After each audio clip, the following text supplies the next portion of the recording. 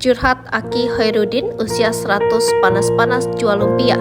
Inilah sosok Aki Hoirudin di usia yang tak lagi muda. Ia tetap semangat berjualan lumpia di pinggir jalan untuk mencari rezeki.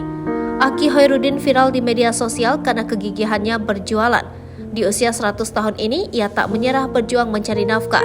Sosoknya viral setelah diunggah oleh akun TikTok Sobat Kuliner.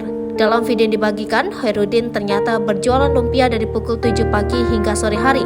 Pria kelahiran 1923 ini sudah berjualan sejak lama. Awalnya ia berjualan di Jalan Braga, kemudian ia berpindah tempat sebanyak 3 kali.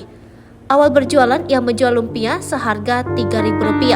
Kini Aki Hoirudin menjualnya Rp12.000 satu porsi lumpia basah, sedangkan lumpia keringnya dijual Rp2.500 per biji.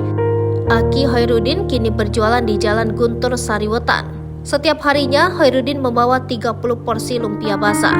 Meski banyak yang iba dengan Aki Hoirudin yang masih berjualan di usia senjanya, namun ternyata ia memiliki alasan tersendiri. Dikatakan Hoirudin, anak-anaknya ternyata sudah melarang dirinya untuk bekerja. Namun ia tetap bersikeras berjualan karena tak ingin jadi beban anak-anaknya. Gubernur Ridwan Kamil atau yang akrab disapa Kang Emil sempat mendatangi Hoirudin. Ia memberikan bantuan serta semangat pada Aki. Doa baik pun ia panjatkan untuknya. Kini setelah viral, dagangan Aki Hoirudin selalu laris pembeli. Banyak yang mengantri demi mencicipi lumpia Aki. Hal itu juga terlihat dalam postingan baru Sobat Kuliner.